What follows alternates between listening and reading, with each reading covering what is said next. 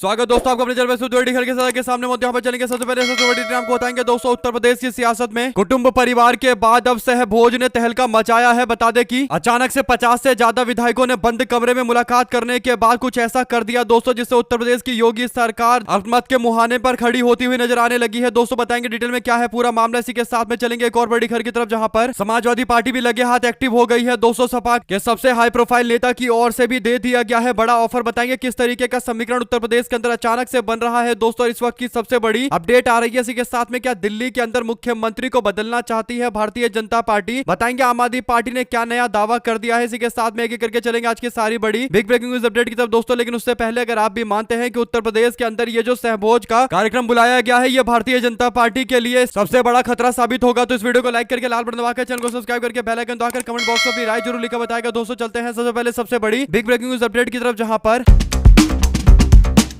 कुछ दिनों पहले उत्तर प्रदेश के अंदर मानसून सत्र के दौरान एक बैठक बुलाई गई थी दोस्तों। इस बैठक में उत्तर प्रदेश के ठाकुर विधायकों को एकजुट करने का फैसला लिया गया था। कुटुंब परिवार के नाम से यह बैठक बुलाई गई थी। इस बैठक में सभी ठाकुर समाज के, बीजेपी और तमाम पार्टियों के विधायक मौजूद थे, जहां पर एकजुटता दिखाते हुए उत्तर प्रदेश की सत्ता में अपनी हिस्सेदारी को बढ़ाने की मांग करते हुए नजर आए दोस्तों, और इनडायरेक्ट तरीके से दबाव बना रहे थे कि बीजेपी के लोग सरकार के अंदर ठाकुर विधायकों की हिस्सेदारी को आगे बढ़ाया जाए। लेकिन अब इस मामले पर दूसरे ग्रुप की ओर से भी जोरदार तरीके का एक बैठक बुलाकर नया हंगामा मचाया गया है। दोस्तों आपको बता दें कि उत्तर प्रदेश के अंदर तकरीबन 10 से 12% की आबादी और लगभग 52 विधायकों के समर्थन के साथ में अपना सबसे मजबूत दावेदारी रखने वाले ब्राह्मण समाज की ओर से कुशीनगर के विधायक पंचानंद पाठक के घर पर लखनऊ के आवास पर 52 ब्राह्मण विधायकों और एमएलसी ने बंद कमरे में अचानक से बैठक करके राजनीतिक हलचल मचा दी है। आयोजक कर्ता विधायक पंचानंद पाठक ने कहा कि यह तो सहभोज हो रहा था, यानी साथ में बैठकर खाना खा रहे थे, सामुदायिक भोजन हो रहा था, लेकिन इससे जातिगत समीकरण और बीजेपी के भीतर असंतोष साफ तौर पर दिखाई देने लगा है। 23 दिसंबर 2025 की शाम को, जिसमें मुख्य रूप से पूर्वांचल और बुंदेलखंड के बीजेपी के विधायक शामिल हुए, साथ ही कुछ अन्य दल के विधायक भी इसमें शामिल हुए दोस्तों। मिर्जापुर के विधायक रत्नाकर मिश्रा के साथ साथ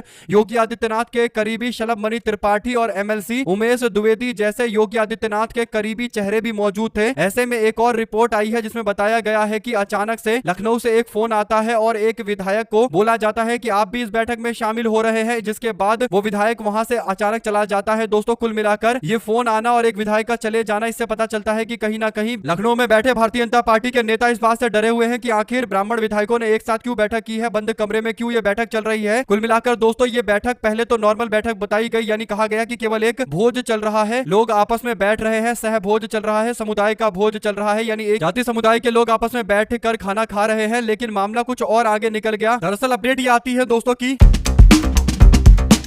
ये बैठक कोई नॉर्मल बैठक नहीं थी। इस बैठक के दौरान कोई नॉर्मल चर्चा या फिर नॉर्मल तरीके से खाना पीना नहीं हुआ, बल्कि यहाँ पर जाते हुए विधायकों से उनके नाम लिखवाए गए, उनके सिग्नेचर करवाए गए, उनका कॉन्टैक्ट नंबर लिखवाया गया। सभी लोगों ने अपने हाथ से अपना फोन नंबर, कॉन्टैक्ट नंबर, नाम, सिग्नेचर सब लिखा दोस्तों, और विधायकों से ये लिस्ट बनवाना, यानी उनसे ये साबित करवाना कि वो इस बैठक में शामिल हुए थे और एकजुट होकर उन्होंने फैसला लिया है, और ये साइन करवाना पेपर पर साफ तौर पर संकेत देता है कि ये कोई नॉर्मल बैठक तो नहीं थी। क्योंकि अगर नॉर्मल बैठक होती, आपस में मुलाकात करके जाना होता, तो सिंपल आते बैठ के चले जाते, लेकिन यहाँ पर नाम लिखवाया गया है और सिग्नेचर करवाए गए, कॉन्टैक्ट नंबर लिया गया है। कुल मिलाकर दोस्तों उत्तर प्रदेश की सियासत में दबाव की जबरदस्त तरीके की राजनीति शुरू हो गई है, यानी ठाकुर विधायकों के द्वारा किए गए कुटुंब बैठक के बाद अब ब्राह्मण समाज की ओर से 52 विधायकों को एकजुट करके अपनी शक्ति का प्रदर्शन करते हुए बंद कमरे से मैसेज योगी आदित्यनाथ और गृह मंत्री अमित शाह तक भेज दिया गया है। यानी ब्राह्मण समाज के लोग ज्यादा से ज्यादा उत्तर प्रदेश की सरकार में प्रतिनिधित्व चाहते हैं और इसीलिए दबाव की राजनीति शुरू हो गई है। अगर आप भी मानते हैं कि आने वाले दिनों के अंदर ये और ज्यादा तेज होने वाली है, ये कोई छोटी मोटी घटना नहीं है, और वैसे भी समाजवादी पार्टी ऑफर लेकर पूरी तरीके से तैयार है। आपको बता दें कि सपा के नेता शिवपाल यादव से जब ये पूछा गया कि ब्राह्मण समाज के 52 से ज्यादा विधायक एकजुट हुए हैं और भारतीय जनता पार्टी को लेकर जबरदस्त तरीके से गुस्से में है, तो इस पर आपकी क्या राय है, तो शिवपाल यादव ने कहा कि भारतीय जनता पार्टी के लोग जातिवाद फैलाते हैं। अगर ब्राह्मण समाज के लोग अलग से बैठक कर रहे हैं तो हम ये कहेंगे कि सब लोग हमारी समाजवादी पार्टी में आ जाए, उन्हें पूरी तरीके से सम्मान मिलेगा। शिवपाल यादव ने दावा किया कि उनकी सरकार से कोई ना कोई तो नाराजगी होगी, इसलिए वो अलग अलग बैठक कर रहे हैं। बीजेपी में जातिवाद है, इसलिए वहां पर लोग नाराज है, यानी एक जाति समूह के लोगों को काफी ज्यादा आगे बढ़ाया जा रहा है, जबकि अन्य जाति समूह के लोग इसे लेकर नाराजगी जता रहे हैं। दोस्तों सपा के विधायक अतुल प्रधान ने कहा कि ये सिर्फ ब्राह्मणों की बात नहीं है, ये सब लोग इस सरकार से नाराज हैं और दूसरे समुदाय के लोग एक साथ अब आने लगे हैं। बीजेपी विधायकों ने हराने के लिए ये बैठक की है, भाजपा को सब मिलकर हराना चाहते हैं। पीएन पाठक के आवास पर सहभोज के बहाने शक्ति प्रदर्शन किया गया है। इससे पहले बसपा सुप्रीमो मायावती की ओर से भी अपने नेता सतीश चंद्र मिश्रा को आगे करके बोला गया था कि वो ब्राह्मण समाज के ज्यादातर लोगों को साथ में लेकर आएंगे और 2012 वाला समीकरण बनाया जाएगा जिसमें दलित समाज प्लस ब्राह्मण समाज की एकता के कारण बहुजन समाज पार्टी को बहुमत मिला था। यानी दोस्तों पूरी तरीके से अलग अलग पार्टियों की ओर से ब्राह्मण समाज के लोगों को ऑफर मिल रहा है, तो वो भारतीय जनता पार्टी पर लगातार दबाव बना रहे हैं। ऐसे में ये जो एकजुटता दिखाई गई है कहीं ना कहीं एक तरीके का शक्ति प्रदर्शन है और एक तरीके से जो कुटुंब एकजुटता दिखाने की कोशिश की गई थी शायद उसी को काउंटर करने के लिए, उसी के विरोध में एक तरीके का सियासी दबाव बनाने के लिए किया गया है ताकि सरकार में और ज्यादा मजबूत तरीके से प्रतिनिधित्व मिले। आप लोग इस पूरे मामले पर अपनी क्या राय देना चाहते हैं लिखकर जरूर बताएगा और ज्यादा से ज्यादा वीडियो को शेयर कीजिएगा दोस्तों, ताकि पल पल की पूरी अपडेट आप लोग तो लगातार आगे भी इसी तरीके से सिलसिलेवार तरीके से पहुंचती रहे। इसी के साथ में चलते हैं एक और बड़ी अपडेट की तरफ, जहां पर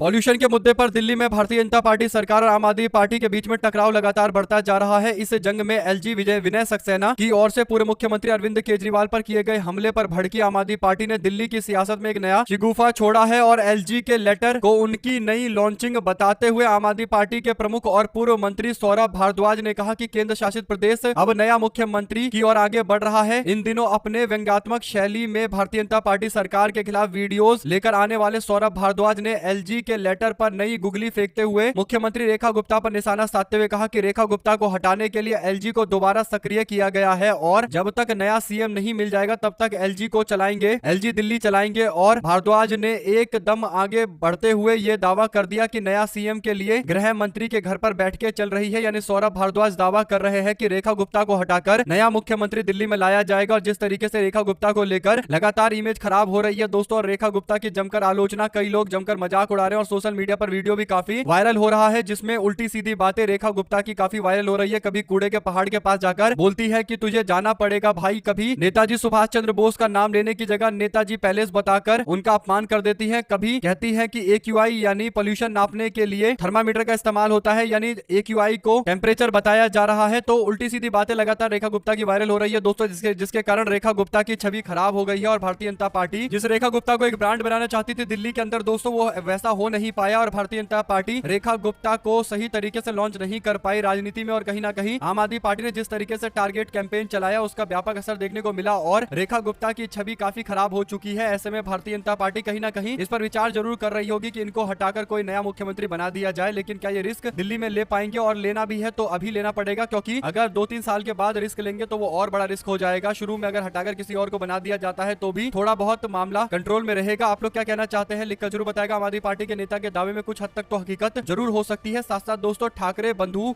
एक बार फिर से साथ में आ गए हैं। महाविकास अघाड़ी गठबंधन क्या एकजुट रहेगा, ये भी एक बड़ा सवाल है। मुंबई में अपने दम पर चुनाव लड़ने की घोषणा कांग्रेस ने कर दी है। ऐसे में प्रकाश अंबेडकर की वंचित बहुजन अघाड़ी के साथ कांग्रेस गठबंधन करने को तैयार है। वंचित अघाड़ी को कांग्रेस 60 सीटें देने का ऑफर कर रही है। शरद पवार की एनसीपी ने कांग्रेस से 53 सीटें मांगी है। ऐसे में उप मुख्यमंत्री अजित पवार अकेले पड़ गए हैं। इस स्थिति में बीएमसी के चुनाव में त्रिकोणीय मुकाबला हो सकता है। महायुति में बीजेपी, शिवसेना, शिंदे गुट और आरपीआई यानी अठावले की पार्टी मिलकर बीएमसी के चुनावी मैदान में उतरेगी। उधर शिवसेना यूबीटी पक्ष प्रमुख उद्धव ठाकरे और एमएनएस के नेता राज ठाकरे एक साथ आकर चुनाव लड़ेंगे। और जो तीसरा पक्ष वो कांग्रेस, वीबीए और एनसीपी का यानी शरद पवार की पार्टी का बन रहा है। तो कांग्रेस पार्टी अपने पुराने गठबंधन के साथ मैदान में उतर रही है और एमएनएस पार्टी के साथ आने के साथ ही शिवसेना यूबीटी का कांग्रेस पार्टी के साथ में अब बातचीत लगभग बंद हो चुका है दोस्तों, क्योंकि कांग्रेस पार्टी कभी भी एमएनएस के नेता राज ठाकरे को स्वीकार नहीं कर सकती, क्योंकि राज ठाकरे एक तरीके से कट्टर हिंदुत्ववादी छवि के व्यक्ति है और उन्हें लेकर लोगों में जबरदस्त नाराजगी रहती है। अल्पसंख्यक समाज के लोग उनसे दूर भागते हैं, इसीलिए कांग्रेस पार्टी कभी हाथ मिला भी नहीं सकती। ऐसे में आप लोग क्या कहना चाहते हैं लिखकर जरूर बताएगा। हमारे साथ लगातार जुड़े रहेंगे सभी दोस्तों, भाइयों, बहनों, मित्रों का बहुत बहुत धन्यवाद। आप लोग देख रहे थे आपका अपना चैनल जय हिंद जय भारत। ज्यादा से ज्यादा वीडियो को शेयर कीजिएगा दोस्तों, बहुत धन्यवाद।